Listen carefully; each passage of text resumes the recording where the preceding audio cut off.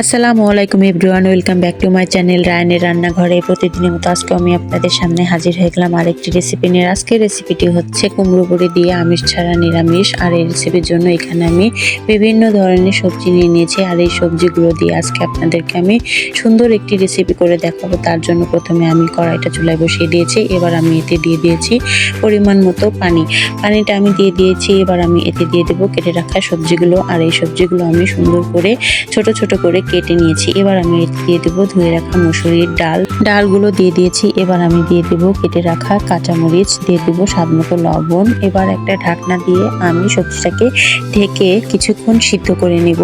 তো ফিরে আসলাম কিছুক্ষণ পর। দেখেন সবজিটা কিন্তু একদম সুন্দরভাবে সিদ্ধ হয়ে গেছে। এবার আমি এগুলোকে সুন্দর করে নেড়ে চেড়ে নিচ্ছি। আমাদের গ্রামে প্রায় আছে এই সবজিটাকে বলে লাবড়া, আবার অনেকে বলে নিরামিষ।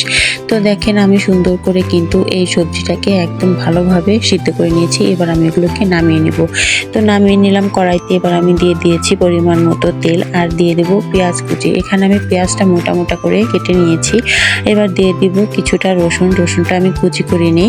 এই রসুনটা কিন্তু একদম দেশি রসুন, আর দেশি রসুনের স্বাদই কিন্তু অন্যরকম। তো দেখেন আমি পেঁয়াজ রসুনটাকে সুন্দর করে কিন্তু ভেজে নিচ্ছি। তো আমার রসুনটা কিন্তু ভাজা হয়ে গেছে। এবার আমি এর ভিতরে দিয়ে দেবো কয়েকটা কুমড়ো বড়িটাও আমি পেঁয়াজ রসুনের সাথে ভালো করে ভেজে নিব। কুমড়ো বড়িটা যদি ভালো করে ভাজা হয় তাহলে খেতে কিন্তু ভালো লাগে। এবার আমি এর ভিতরে দিয়ে দেবো কিছুটা পাঁচফোড়ন দিয়ে আমি আবারও সুন্দর করে নেড়ে চেড়ে এগুলোকে ভেজে নিচ্ছি। তো ভাজা কিন্তু হয়ে গেছে। এবার আমি এর ভিতরে দিয়ে দেবো পরিমাণ মতো হলুদের গুঁড়া দিয়ে আবারও আমি নেড়ে চেড়ে ভেজে নেব।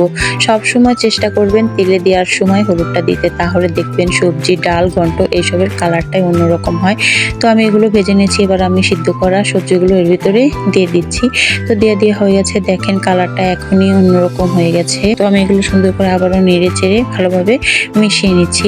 মেশানো হয়ে গেছে। এবার আমি এর ভিতরে দিয়ে দেবো কুচি করে রাখা টমেটো আর ধনিয়া পাতা না দিলে আমার কাছে সবসময় মনে হয় যেন কি যেন একটা কমতি রয়ে গেছে।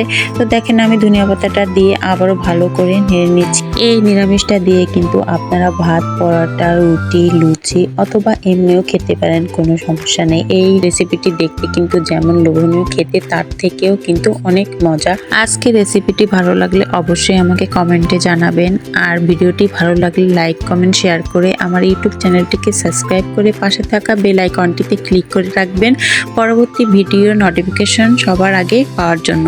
এবং যারা ফেসবুক পেজ থেকে দেখছেন, পেজটিকে একটি লাইক অথবা ফলো দিয়ে যাবেন। তো এই তো আমার তৈরি হয়ে গেছে গরম গরম কুমড়ো বড়ি দিয়ে আমিষ ছাড়া নিরামিষের সুন্দর একটি রেসিপি। তো আজকের মতো ভিডিওটি এখানে শেষ করছি। ততক্ষণ আপনারা ভালো থাকবেন, সুস্থ থাকবেন। আল্লাহ হাফেজ।